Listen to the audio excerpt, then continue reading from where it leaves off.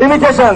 আমাদের এত জনবল নাই পুরা পঞ্চগড় জেলা কাভার দেওয়ার জন্য, বাট আমরা তাও চেষ্টা করে যাচ্ছি।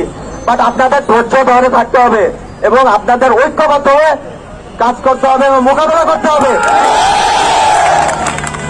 আপনাদের কাছে এখন একটা রিকোয়েস্ট, আপনাদের যেহেতু সমাবেশ মোটামুটি শেষের দিকে আছে, দয়া করে রাস্তাটা ছেড়ে দিবেন।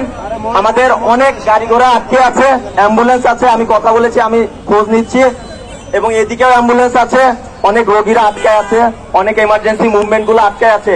এগুলো দয়া করে আপনারা ছেড়ে দেন, আপনারা রাস্তাটা ছেড়ে দেন, এটা আমি আপনাদের কাছে রিকোয়েস্ট করব। ঠিক আছে? আচ্ছা আচ্ছা, আসসালামু আলাইকুম।